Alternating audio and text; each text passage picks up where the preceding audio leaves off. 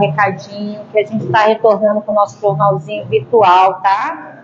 Na hora que vocês quiserem, tá ruim de ouvir, São Paulo?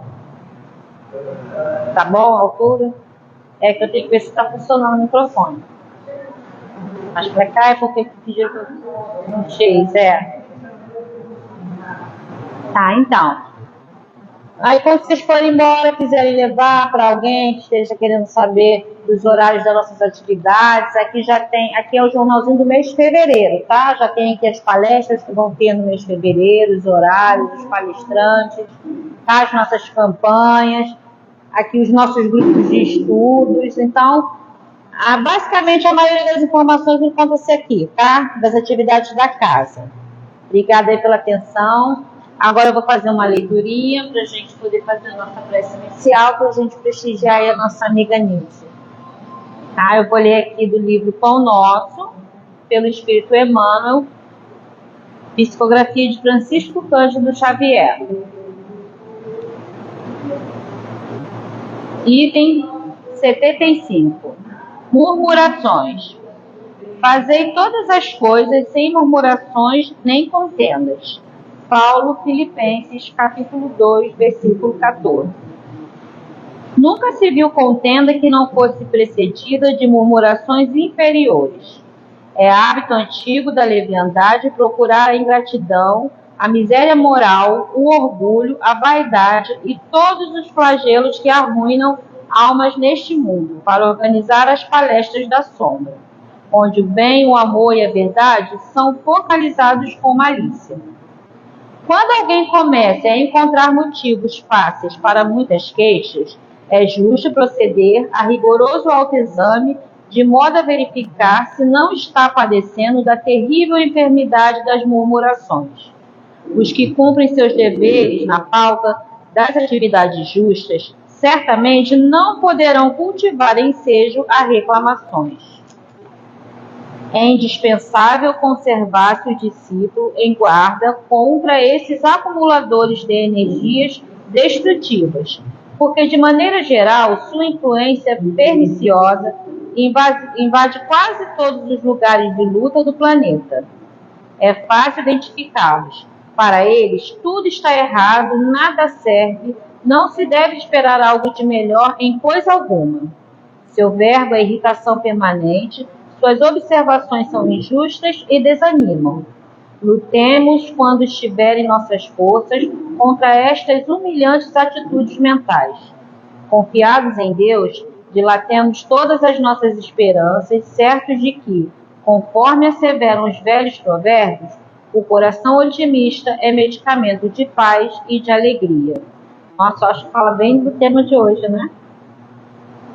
Então vamos lá, vamos fechar os nossos olhos, elevar os nossos pensamentos ao alto, em gratidão ao nosso Pai, por esta oportunidade de estarmos aqui reunidos, mais uma vez nesta casa que nos acolhe, para conversarmos, para entendermos um pouco mais daquilo que é benéfico para nossas vidas.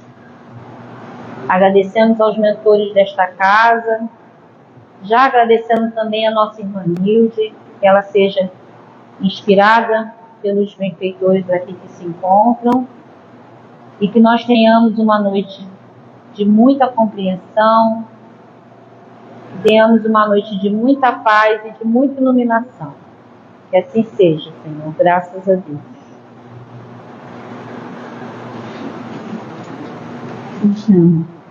Boa noite, gente. Que bom estarmos aqui mais uma vez, falar de um tema tão maravilhoso que é sobre saúde. Podemos ter saúde, né? Isso é uma coisa que nós podemos produzir. Produza em você saúde física, emocional, mental e espiritual, em tempo integral. É uma coisa muito interessante, né? Uma proposta desafiadora. Então, eu queria que vocês, já que estamos aqui entre irmãos, a proporção que eu estiver falando sobre os temas, né, são dicas de saúde, Não vou falar tudo sobre saúde, porque não tem condição ainda mais, abrangendo os 4 pilares da saúde, que são esses 4 pilares. A saúde não é só a saúde física, né? Nós podemos ter saúde física, mas estarmos com questões emocionais, estarmos com questões mentais, espirituais, pendências, né? E aí nós não vamos ter saúde. Então, saúde é um conjunto de domínios, né? Então, a proporção que eu vou falar, se vocês tiverem alguma dúvida, podem perguntar no meio do estudo, não faz mal. A gente está aqui com esse roteiro, então não vai se atrapalhar, nem ter dificuldade em voltar àquilo que a gente está estudando. Tá legal? Vamos ser companheiros e parceiros em conhecimento, porque disso aqui todo mundo entende um pouquinho, tá bem? Muito bem. Então, os 4 pilares da saúde. O que é uma saúde física, né? É você estar bem o dia todo. Não sentir dor, não ter incômodos e muito mais. Estar de manhã até de noite com disposição para fazer tudo aquilo que você quer. Essa é uma saúde física maravilhosa. A saúde emocional, né? Nos mantermos serenos, independente das coisas que possam acontecer. Nós podemos até nos afetar de alguma forma, numa situação de nos sentirmos depreciados, ou então numa situação de sentirmos raiva, mas o organismo que é saudável emocionalmente elabora essas questões e volta novamente para uma situação de estabilidade, de mente serena. Saúde mental. Tá? Saúde mental, na verdade, é o que todos nós precisamos ter. De repente, está com um pensamento que não é um pensamento produtivo, construtivo. De repente, perceber que está com um pensamento ilusório, que não vai levar a nada aquele pensamento, e buscar um pensamento mais centrado, mais ponderado, mais positivo. Então, nós vamos ter saúde mental com isso aí.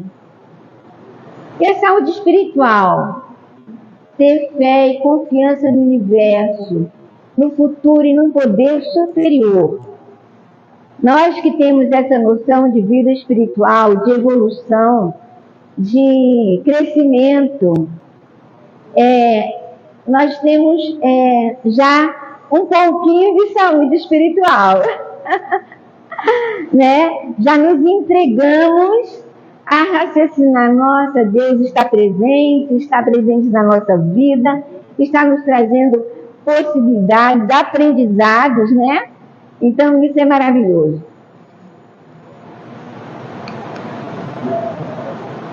Então, vocês vão me responder o que a gente faz no dia a dia quando a gente está doente. O que a gente faz? Dorme. O que mais? Deitado. Bebe água. Lê uma página. Mas aquela saída que você precisava fazer, porque tem um compromisso, é importante, você pode fazer quando está doente. E o médico tomar remédio, excelente. Mas todo mundo sabe que quando a gente está adoentado com uma febre, uma dor no corpo, um mal-estar, uma perna doendo, incomodando, você tem dificuldade de fazer suas coisas do dia a dia, não é verdade? Então, é uma coisa que a gente sabe que atrapalha quando nós estamos com alguma questão que está nos incomodando. E aí, é melhor estar doente ou estar saudável? Pergunta boba, né? Diga. Você, às vezes, não dá nem coisa. Você coloca numa situação que acontece às vezes você se coloca numa situação que parece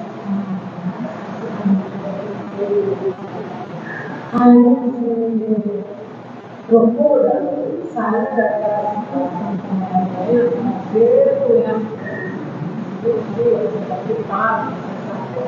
Sim. mas às vezes mesmo acha que está doente. Aí levanta e volta, dá uma caminhada lá fora. Animado. Ação, então. Quando nós estamos... Perfeito, perfeito. Isso, não está tudo bem, mas se a gente fizer alguma coisa para dar um vigor maior, a gente melhora dessa condição que estava deixando a gente, né? Veja. Quando você falou da saúde, que deu exemplo, eu acho que mesmo quando a pessoa está cansada, tem que trabalhar uma coisa, vai caminhar. Perfeito, perfeito. Senão a vida da gente para. E todo movimento é bem-vindo, tá? Todo movimento em função de sair de uma situação que está desagradável é um movimento bem-vindo. Se pudesse pedir a um gênio de Aladim, o que pediria? Doença ou saúde? Todo mundo concorda? Com saúde, a gente lê uma coisa que tem sabedoria, a gente vive aquilo, né? Com saúde, você raciocina, você tem uma memória, você se lembra, você dá toma uma decisão. Com saúde, a gente pode abraçar muito mais coisas, né? Eu sei que é uma pergunta muito simples. O que você escolhe para você agora? Você escolhe para o seu futuro a saúde ou a doença? Escolhemos todos saúde. É isso, Domingos? Saúde. Mas escolher a saúde não é só uma escolha, tem que ser atuar, ter bom pensamento, ter que fazer exercício, ter que fazer voto. Perfeito, Paulo. Você devia estar aqui e eu aí. Porque a sua resposta, a sua argumentação trouxe o que nós vamos fazer aqui, que é justamente elaborar questões sobre o que você falou. Tem que estar bem espiritualmente, mentalmente, tem que estar disposto a agir. É isso mesmo. Hoje nós vamos estudar como se produz saúde. Olha, um desafio, né? Um desafio que eu vou dizer para vocês. Se vocês escutarem comigo esse estudo, e eu vou dar algumas dicas do que é saúde, e vocês saírem daqui, não vão sair com todos esses conhecimentos que eu vou dar na ponta da língua já para fazer. Você pode até ter vontade de se guiar por 1, 2, 3, aquilo lhe chamou a atenção. Então, que possa sair com só dica do que eu vou dizer aqui, mas disposto a treinar. Porque nada a gente adquire de habilidade, mesmo a saúde, se a gente não treinar. Tudo que eu treino, eu domino. Então, se você quer ter um curso e você quer se habilitar naquilo, mas você não for aprender e treinar, você não vai conseguir. Se você quer tocar um violino, muita vontade, mas você não pegar o violino, você não vai aprender. E não pode ser só um dia. Um treinamento precisa dias subsequentes. Hoje, amanhã, e depois, e depois, e depois, e depois. Porque só adquirimos habilidades quando treinamos muito. E a parte da saúde não é diferente disso. Precisamos treinar, ter saúde. E aí eu vou contar uma historinha para vocês que eu conto para os meus pacientes.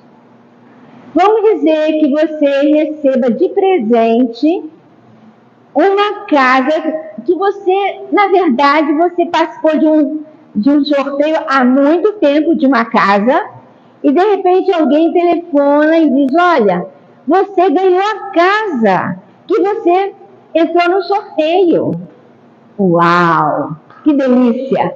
Ganhar uma casa de presente, de repente, chave na mão. Então essa casa é linda aqui, mas ela não é linda só por fora.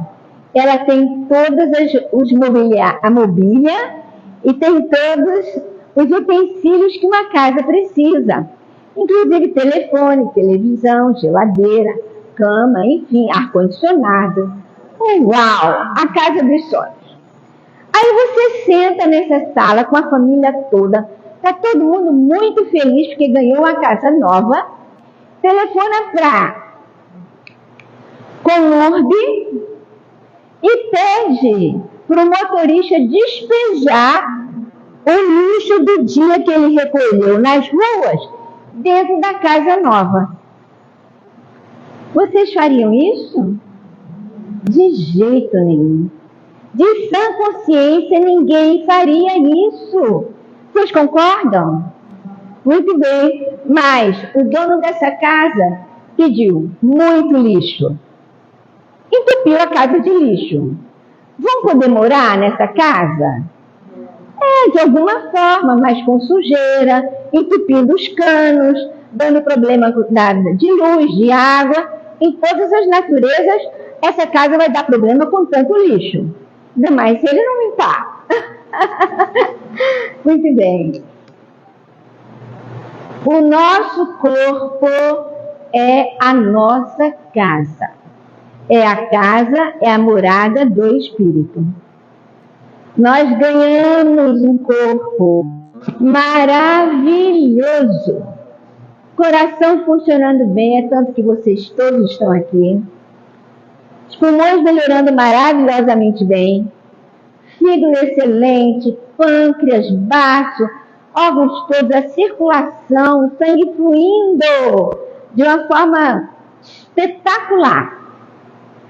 E aí, ao longo da nossa vida, que a gente nasce pequenininho, recebemos a alimentação da mamãe, do papai, que compra os legumes, compra as frutinhas e vai dando as papinhas. Pois bem, vamos crescendo e adquirindo hábitos alimentares.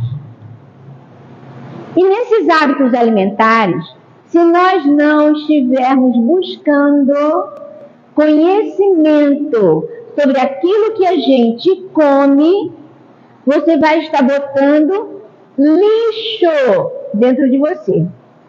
Querem lixo dentro de vocês? É a mesma coisa. Esse corpo é a nossa casa, a moradia do Espírito. Somos, então, os responsáveis por tudo que a gente bota para dentro. E aí nós botamos, sim. Botamos muita coisa. E hoje em dia, olha, eu vou dizer uma coisa verdadeira para vocês. Nós nunca tivemos um período em toda a evolução da Terra onde nós temos o conhecimento tão pronto para a gente saber, para a gente se orientar, para a gente saber o que é o certo e o errado. Se nós formos atrás, se nós formos buscar e aplicar. Porque não adianta buscar, saber e não aplicar. Então, e hoje nós sabemos pela ciência que nós somos o que comemos. Nós somos fisicamente o que nós comemos. Se uma pessoa resolve, na fase adulta, jovem, adolescente, comer só salsicha todo dia, o que vai ter no corpo dela? Salsicha. E os nutrientes que a salsicha vai trazer. E aí, se a gente for atrás de saber o que a salsicha vai poder nutrir o olho dela, porque cada órgão precisa de determinados elementos. O olho precisa de vitamina A, o fígado precisa de complexo B, os músculos precisam de proteína. São coisas variadas. Tem tudo isso na salsicha? Não tem. Então, qual é a tendência dessa pessoa? É adoecer. Porque não vai dar os nutrientes para que o organismo dela possa funcionar com seus órgãos saudáveis. Então, só que eu dei exemplo bem exagerado. Gente, eu conheci uma pessoa que só comia salsicha porque queria emagrecer. Eu não sei de como terminou a história. Está aí. Isso é lixo para o nosso corpo? É lixo. É lixo. Queiramos ou não queiramos, todas essas coisas gostosas são lixo para o nosso organismo. Então você pode querer atender ao seu sabor e comer essas coisas que vão lhe entupir os vasos sanguíneos e danificar os seus órgãos. E isso é uma opção. É uma opção, só que quando a gente come isso, a gente está fazendo opção entre saúde e doença. Então, se seu feijão de casa, feijão maravilhoso, você bota todo dia ao longo dos anos, bacon, linguiça, pede não sei o que, rabo de outra coisa. Você e os seus filhos vão estar recebendo essa alimentação. E estão todos caminhando para a doença. Por quê? Porque esses alimentos têm muito colesterol e têm muitas substâncias que são nocivas para o nosso organismo. Então, nós vamos criar placas de gorduras nos vasos do cérebro, placas de gordura no coração, vamos trazer má digestão, porque o nosso organismo não foi projetado para receber essa alimentação que é muita química. Esses conservantes são muita química. Enfim, perceberam como é a gente que se adoece? Então, é claro que eu estou falando uma coisa que muitos fazem aqui, que é botar um feijão carregado, porque é muito saboroso. Acontece que nós, quando retiramos tudo isso da nossa compra, e você faz uma alimentação mais saudável, um feijão temperado com cebola e alho, um arrozinho saudável, enfim. Nós vamos, então, mudando o hábito alimentar e vamos trazendo saúde.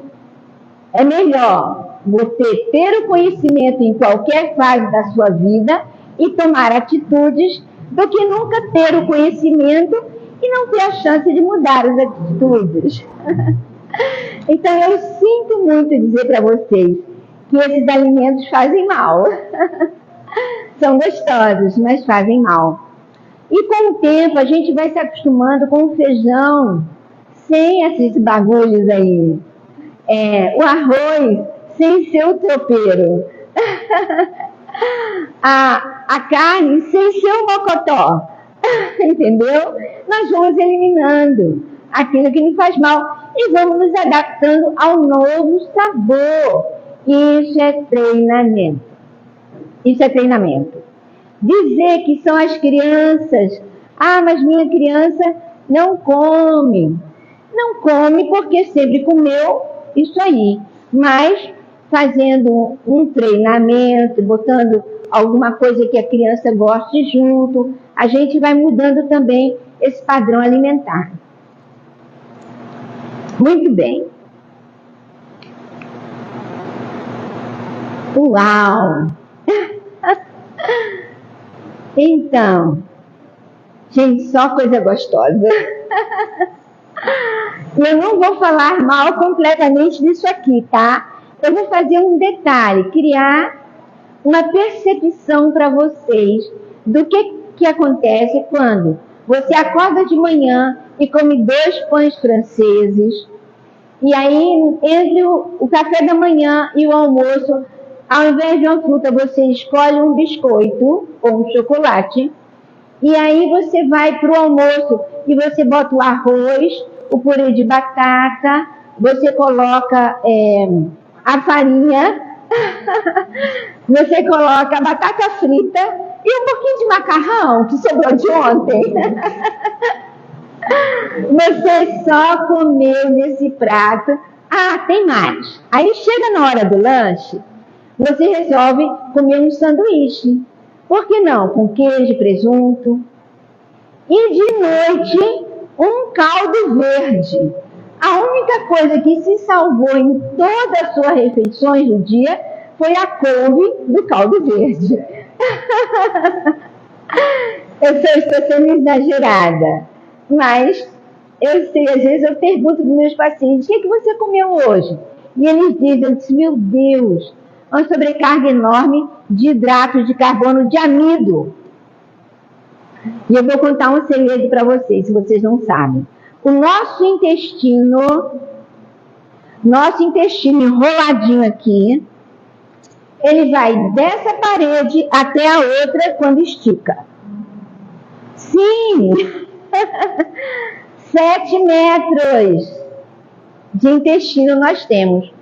Esses alimentos são os alimentos mais fáceis de serem absorvidos no intestino. Se você come 300 gramas de arroz, praticamente essas 300 gramas vão parar dentro da sua corrente sanguínea, no seu sangue, já modificado em forma de glicose. Glicose é açúcar no sangue. Gente, tudo isso aqui... Oh, meu Deus! Cadê? Sim. Tudo isso aqui entra no nosso organismo de uma forma muito fácil e se transforma em glicose ou uma gordura chamada triglicerídeo. Muito bem. São alimentos de valor energético. Eles vão se transformar em energia no nosso organismo. Isso é ótimo. Podemos comer nosso pãozinho, o nosso arroz, o nosso macarrão. Sim, mas com moderação. Com moderação. Colocando alimentos ali junto. Legumes, folhas, hortaliças. Coisas que são maravilhosas e que a gente discrimina um pouco, muitas vezes, e come mais mesmo é amido. Então, olha só o que acontece. Eu quis dar um visual para vocês de como é o nosso organismo. Pode. Quem é vegano? O vegano tem a melhor saúde do mundo. Porque os vegetais oferecem tudo que você precisa.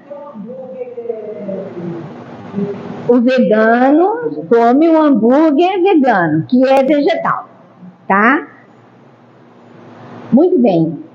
Eu só te quis dar um visual de como é o nosso corpo dentro. Diz.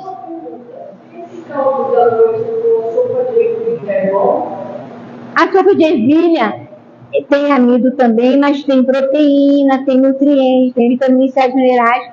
Não quer dizer que o trigo, a farinha de trigo também não tenha. Tem, mas um percentual menor do que, por exemplo, um caldo de ervilha. Pode ótimo. Variar com caldo de ervilha e depois no outro dia uma sopa de legumes. É uma coisa que vai dando para o organismo aquilo que ele precisa. Então, é porque às vezes alguém chega, doutora, eu estou com uma dor tão grande no meu fígado, e bota a mão, oba, do lado esquerdo. Eu estou com dor no meu fígado. Mas o fígado é do outro lado. Então, é só para vocês terem uma ideia de que o fígado é desse lado aqui. Olha o fígado aqui, que bonitinho. Tá? O fígado.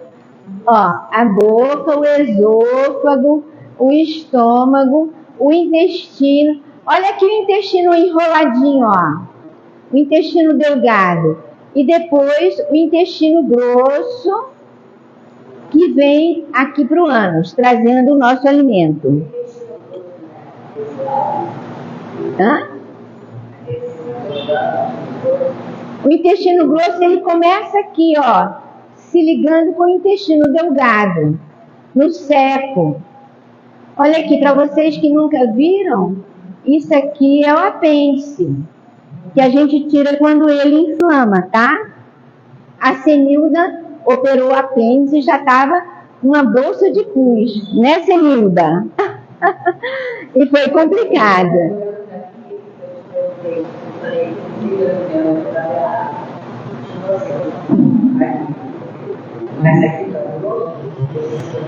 É o intestino grosso, ó. O intestino fino, ele começa aqui, ó. Ó, estômago, começa aqui o intestino delgado. Começa aqui. O intestino delgado se comunica aqui com essa parte do intestino grosso. É desse lado. É desse lado. É do lado do fígado.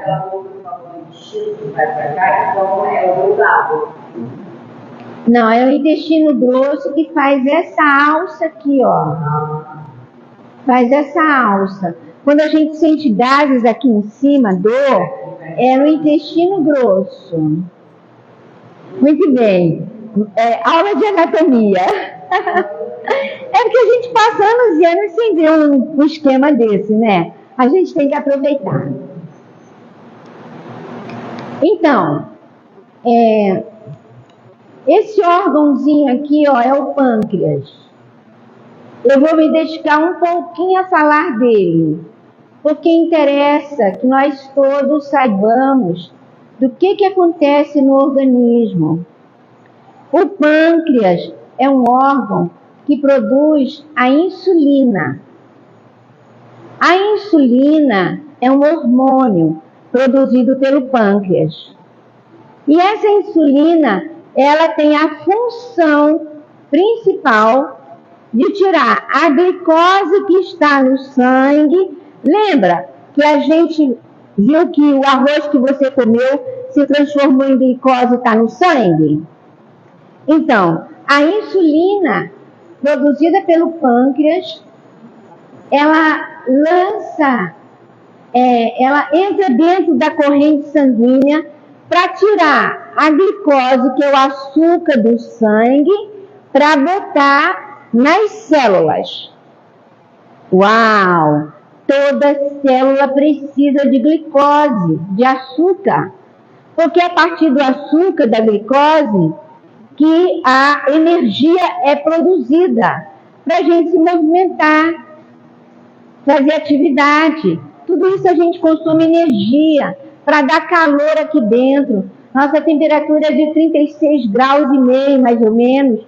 Quem dá esse calor aqui dentro é a glicose, que é transformada em energia, em calor. Muito bem. Só que, olha só o que acontece. Está aqui a nossa insulina, ó. Insulina.